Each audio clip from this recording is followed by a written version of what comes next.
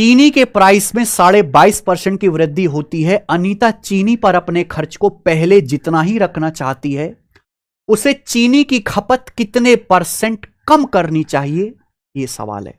अभी मैंने समझाया खर्चा बराबर कीमत गुणा खपत, यही है। आप बोलोगे जी सर, सवाल यह कह रहा है कि चीनी का प्राइस 22.5% बढ़ गया, चीनी महंगी हो गई। अगर चीनी का प्राइस बढ़ जाएगा तो भाई साहब पैसा भी ज्यादा खर्च करना पड़ेगा। लेकिन मेरे दोस्त, यहां पर अनीता चीनी पर खर्च को पहले जितना ही रखना चाहिए, खर्च सेम रखना चाहती है।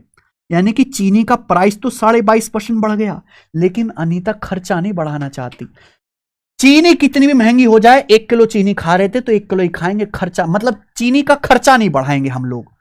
अगर चीनी 22.5% महंगी हो गई, आप खर्चा बढ़ाने को तैयार नहीं, तो भैया चीनी कम डालो थोड़ी सी मेरे भाई अपने दूध में, तो कितने % चीनी की खपत कम हो जाएगी। अभी समझाया कि अगर दो संख्याओं की गुणा करके एक सेम नंबर आ रहा है, तो एक संख्या जिस रेशियो में बदलेगी दूसरी उसके उल्टे रेशियो में बदलेगी। 22.5% क्या होता है, देखो 22.5 25 से कटने वाला नंबर है, 25% होता है 1/4। तो अगर मैं 2.5% निकालूं तो 1/40, याद कर लीजिए मेरे भाई, 2.5% 1/40, ये 9 गुना है।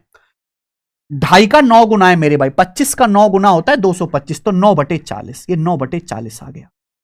यानी कि चीनी की जो कीमत है 9/40 बढ़ गई। चीनी का प्राइस अगर पहले 40 था, अगर चीनी का प्राइस पहले 40 था भाई, तो 40 से 9 बढ़ के 49 हो गया।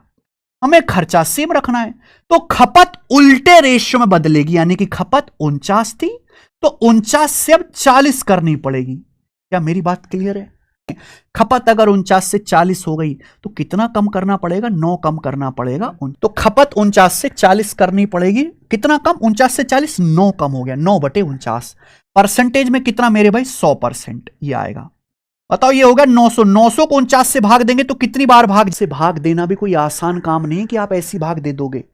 ऑप्शन देखो, अब यहां कैलकुलेशन का रोल आता है, ऑप्शन इतने ज्यादा दूर दूर हैं, थोड़ा सा दिमाग लगाओ। मेरे लिए 1% का फर्क भी काफी है। आप 100 को 49 से भाग दे दो, 100 को 49 से, अगर आप 100 को 49 से भाग दोगे तो 49 दूनी 98, 2 बच जाएगा, 2 + 2/49 ये हो जाएगा। 100 को 49 से भाग देना आसान है।